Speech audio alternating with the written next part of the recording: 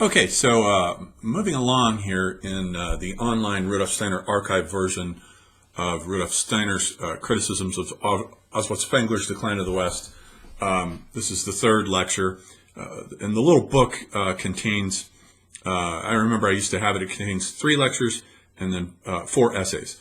And this lecture is given also just a few days after the one we just discussed previously, which was given in August of 1922. I think it was August 6th.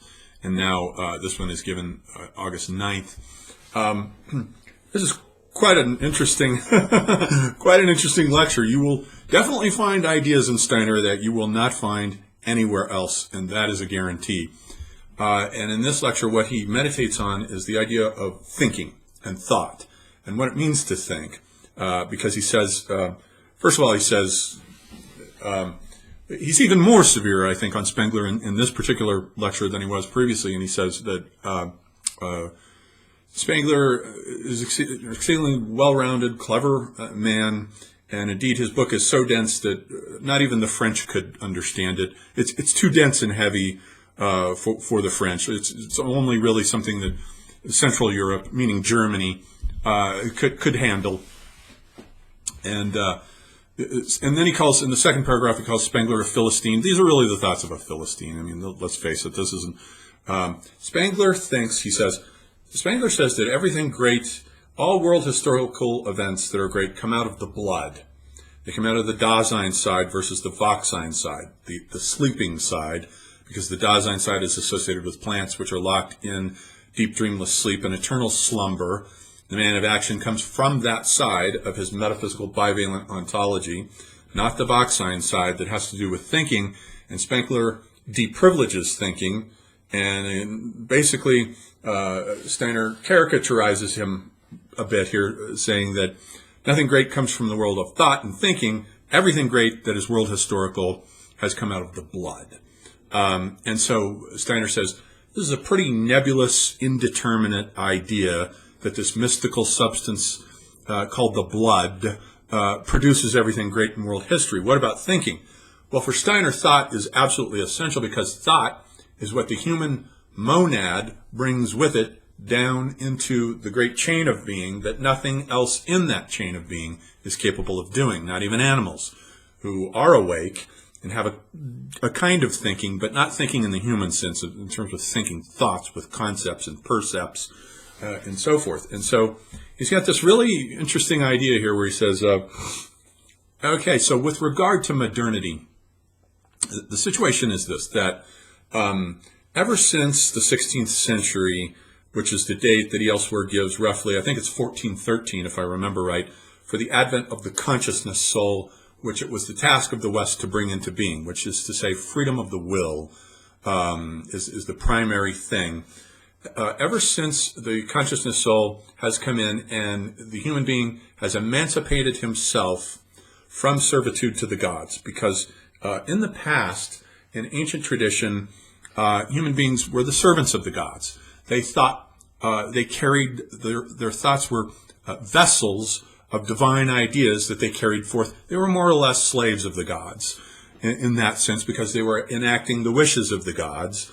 And so he says, with the consciousness soul, and he says that the patron saint of this era is the Archangel Gabriel. Gabriel, of course, in the Catholic tradition is assigned to communications. He takes over the role that was previously occupied by Hermes and Mercury in the Greco-Latin civilization, and before that in the Egyptian with the god Tot, the god of writing. During this epoch, from about 1400 or so down to the last third of the 19th century, 1865-ish, right when modernity is coming into being in Paris, and then elsewhere, Steiner says that the Archangel Gabriel shifts and gives way to the descent of the Archangel Michael, who descends to the earth at about that time. So he says, this epoch, in between, that is the epoch of the patron saint Gabriel, is the age when thought emancipated itself from the gods. You get the Cartesian cogito, where Descartes says, I think, therefore I am, not some divinity thinking through me. I am not the mouthpiece of the gods anymore. Now is the rise of the strong subject that has a very strong immune system and is closed to the song of the muses. This isn't the muses singing through me anymore.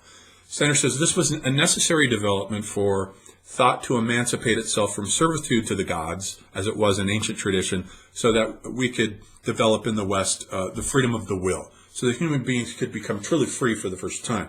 But in the process, what happens is of course, that these, what he calls thought images, now become devoid of spiritual content. And the spiritual content falls by the wayside, whether we are talking about, so then it has to be filled in the mainstream by the natural sciences with sense-perceptible observations that fill these thoughts. They're still empty because there's no spirituality to them. It's just mastery over the physical plane. And the ancient traditions continue on through the underground Hermetic tradition with the secret societies, the Rosicrucians, the Freemasons, the Knights Templar, the Hermetic tradition with Giordano Bruno and all that. That continues the stream of tradition, alchemy, and so forth in the underground realm. But still, the problem is, though, Steiner says, is that human beings are no longer thinking, and by thinking, he means spiritual thinking. So he's talking about two different kinds of thinking here. Thinking in terms of concepts and the sciences, and which are filled no longer with spiritual content, but with sense-perceptible content, versus the thinking that he's talking about here when he says people no longer think. He means thoughts that are meditations on spiritual matters. People during this period still keep going to Mass without having the slightest understanding of what it means anymore. They don't even know. They're not thinking about it anymore. And even in the underground traditions with the secret societies, they're not thinking much either about the esoteric traditions. They're just continuing them on for the sake of continuing them on, simply because they connect with the traditional images, mythological images, spiritual images, and religious ideas. But people stop thinking, and they turn their free will now toward the outer world and set about to conquer the outer world with these kinds of thoughts, whereby their thought images are now filled with sense-perceptible content. Now, he's got this idea, he says, there are these elemental beings. These are the various sprites and nixies and that you hear about in folklore that have inhabited the world since, he says, for a very long time, but they're left over from the Middle Ages, he says. They're still around during this epoch. And these elemental beings now take advantage of the fact that there's this superfluity of human thought that was being used in servitude to spiritual matters that is now superfluous because it's not being used for spiritual matters. It's being used for sense-perceptible matters.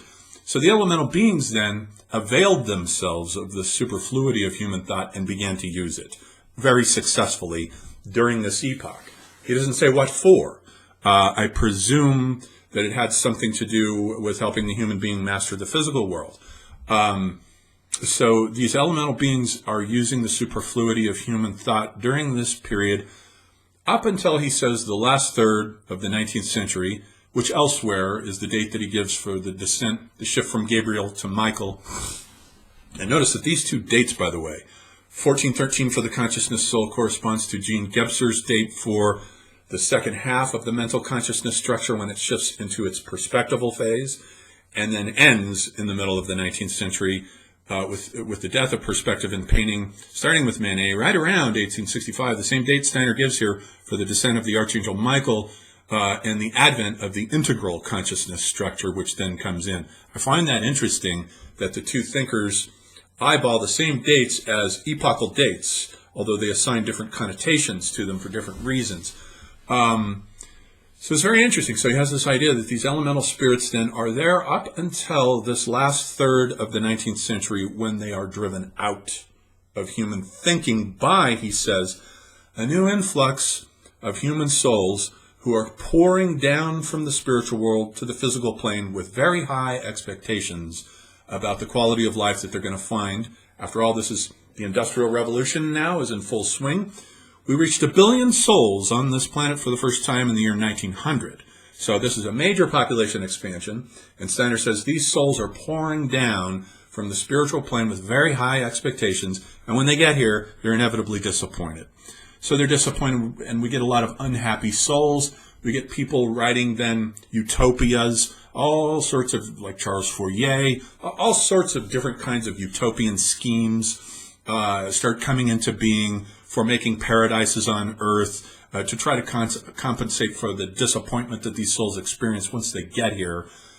He says that souls in the 18th century, when they were incarnating, had very low expectations when they came down here, and were not disappointed.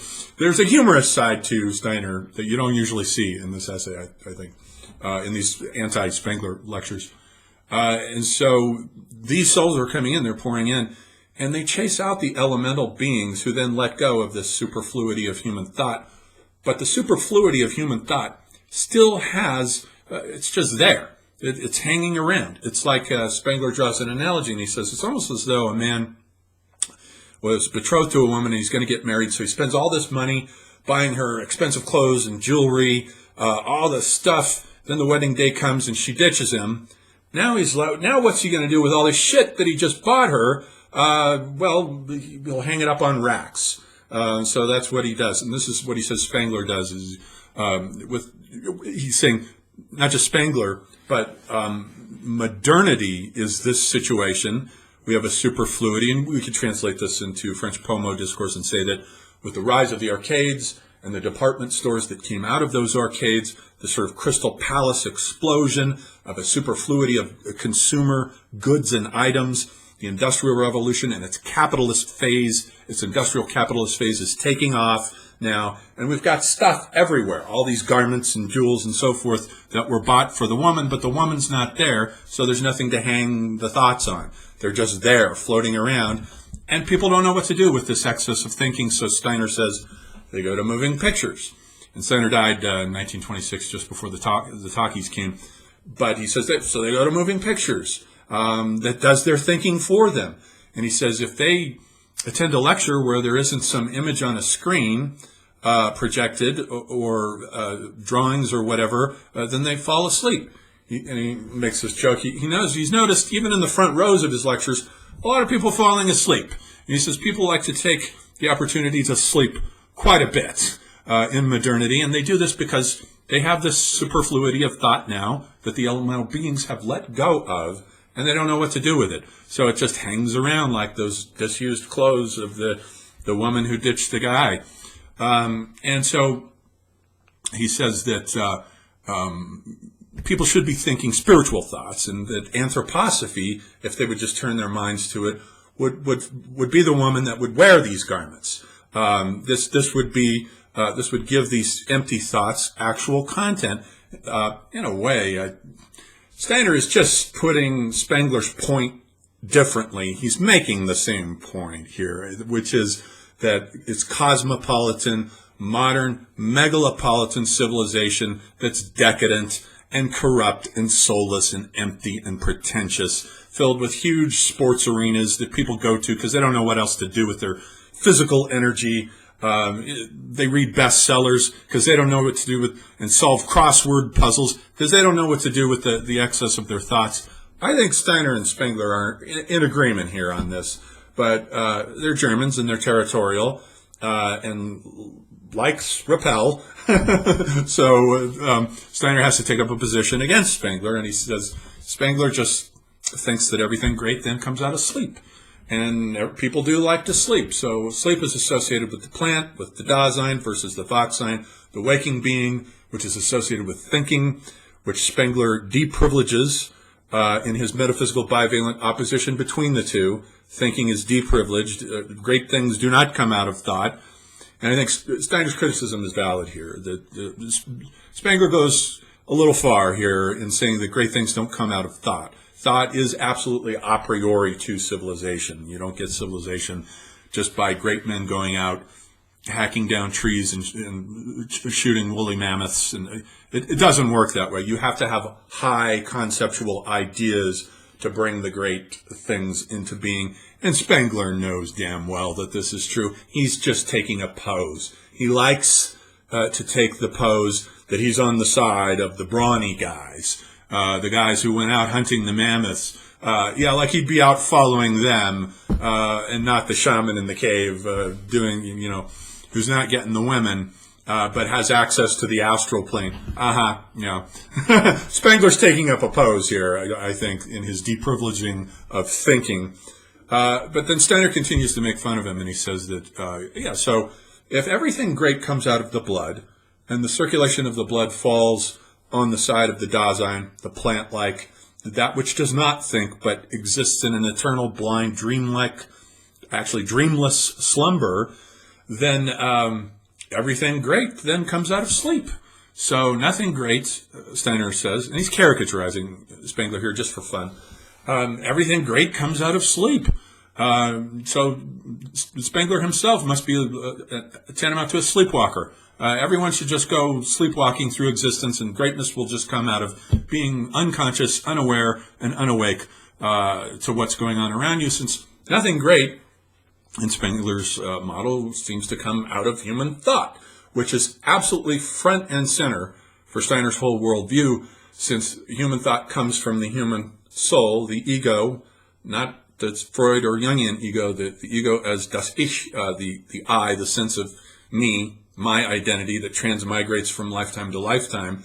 And the human being on his chain of being, as we've said before, brings thought into the world and opens up a portal to the other side to channel and harness spiritual energy down on this plane, which is the lowest plane of all of the planes that get gradually more subtle as they move up from the physical earth plane to the dreaming plane, to the astral plane, lower Divashan, higher Divashan. It gets higher and higher and higher and more refined as you go up the planes. But this plane is the lowest one, and it's the task of the human to bring thought, specifically thoughts about spiritual matters, down onto this lower plane, where all the ground rules are set up against it, and all the ground rules are supposedly one animal ripping another animal to pieces, and we've inherited these animal bodies, so we're animals too.